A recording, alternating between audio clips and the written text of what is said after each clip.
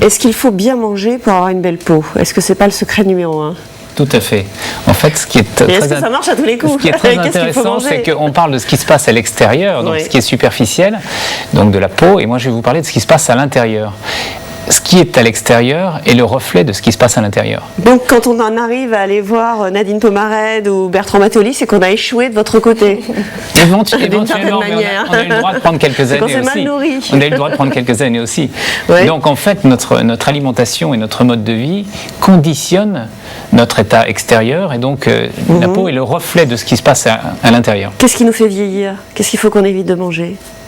Alors, je vais quand même intervenir pour le sujet qui concerne mon livre, qui est l'inflammation silencieuse. Oui. En fait, ce qui nous fait vieillir, c'est l'inflammation silencieuse. Et l'inflammation silencieuse, c'est une sorte d'incendie à l'intérieur de nous-mêmes qui évolue à bas bruit et qui est à l'origine de toutes nos maladies de civilisation moderne. En pratique, les maladies cardiovasculaires, les cancers, le diabète, les maladies qu'on dit auto-immunes, par exemple les problèmes de thyroïde, si fréquents chez les femmes, la sclérose en plaques, la maladie d'Alzheimer. Donc évidemment tout ça va accélérer le vieillissement et ça va se voir à l'extérieur. Oui, tout à fait. Bien sûr. Mais, oui, mais qu'est-ce qui met concrètement, quel type d'aliments mettent le feu? Les aliments qui mettent le feu, alors on peut raisonner très simplement. D'abord, il y a des aliments et il y a un mode de vie, il n'y a pas que les aliments. Si on veut raisonner très simplement, pour les aliments, beaucoup de gens savent quelles sont les grandes catégories d'aliments, ce qu'on appelle les glucides, c'est-à-dire les sucres, les lipides, les graisses et les protéines, la viande, poisson, etc. Il va plus nous rester grand-chose. Donc en fait, en pratique, si on parle des glucides, je vais parler par exemple des glucides raffinés, c'est-à-dire des sucres raffinés, le processus de raffinement et d'industrialisation des sucres a aggravé les choses ces dernières années et a favorisé ce mécanisme d'inflammation. Donc ce sont des allumettes qui vont allumer cet incendie.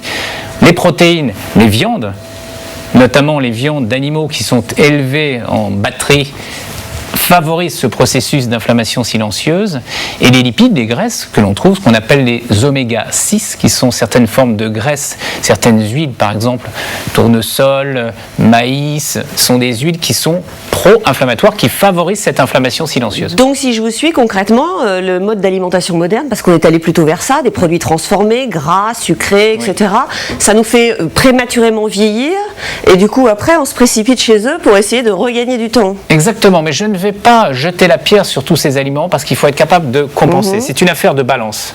Vous avez les pro-inflammatoires, ceux qui favorisent cet incendie, et les anti-inflammatoires qui justement permettent de rééquilibrer et qui éteignent l'incendie. Parce que l'inflammation est un mécanisme de défense naturel de l'organisme face aux agresseurs. On ne peut pas totalement supprimer l'inflammation et on ne peut pas totalement supprimer les produits pro-inflammatoires. Donc on en a besoin en petite quantité, et on a besoin à côté de mettre des choses qui vont compenser et donc tout ça. Éteindre ce feu. Donc face à ces allumettes, il y a des pompiers.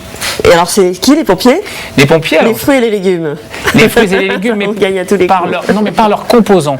Parce qu'ils ont un intérêt, il n'y a pas que les fruits et légumes. Par exemple, les poissons gras sont intéressants, les noix sont intéressantes, les fruits et légumes bien sûr sont intéressants, mais il faut des fruits et des légumes multicolores, de saison, si possible bio d'ailleurs. Et tout ça, vous nous garantissez que ça va se voir sur l'aspect et ça va se voir sur le visage? Oui. Oui, garanti. Oui, garanti. Mais il n'y a pas que ça. J'ai parlé aussi du mode de vie. C'est ça. Oui. Il faut un sommeil réparateur. Il faut gérer son stress. Il faut un exercice physique adapté, c'est-à-dire un exercice physique modéré, en endurance, en résistance, avec des petites haltères, en tenant compte des étirements aussi qui sont importants.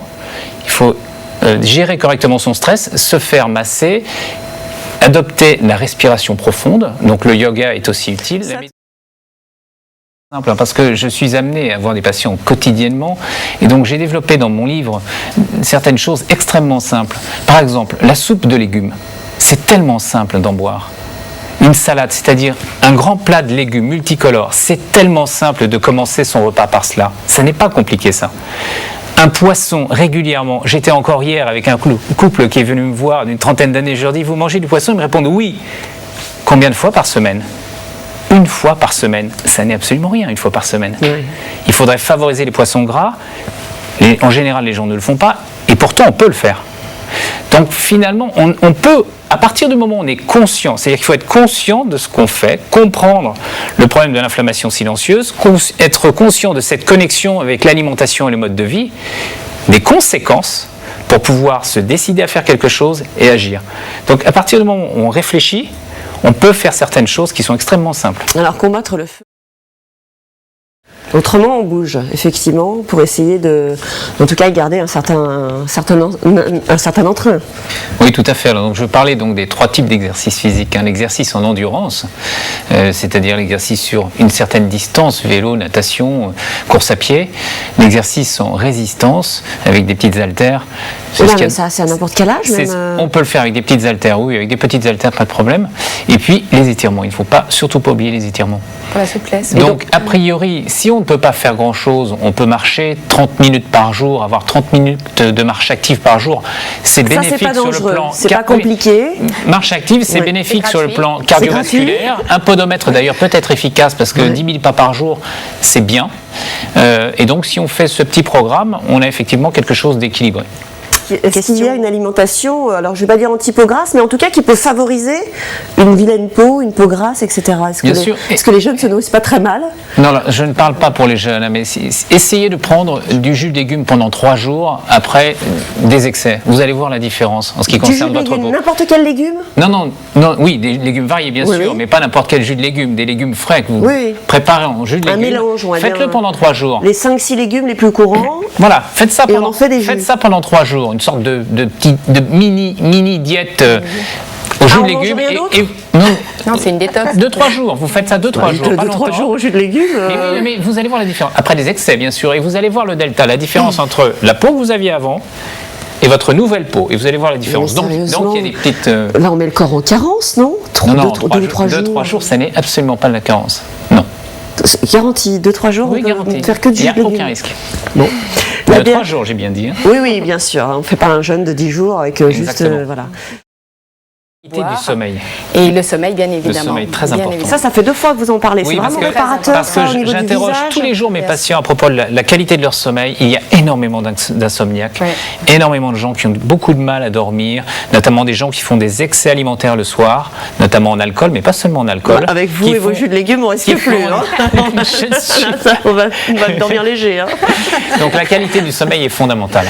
Parce que ce sommeil, la qualité de ce sommeil, est liée à nos émotions, à notre stress, à nos émotions, à la façon dont on perçoit notre environnement, ce qui nous arrive, les informations que nous avons.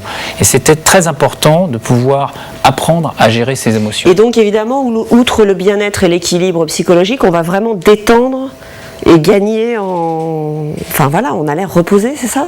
Avec le sommeil? Oui. Oui, bien sûr. Ça se voit? Bien sûr, oui. Bon.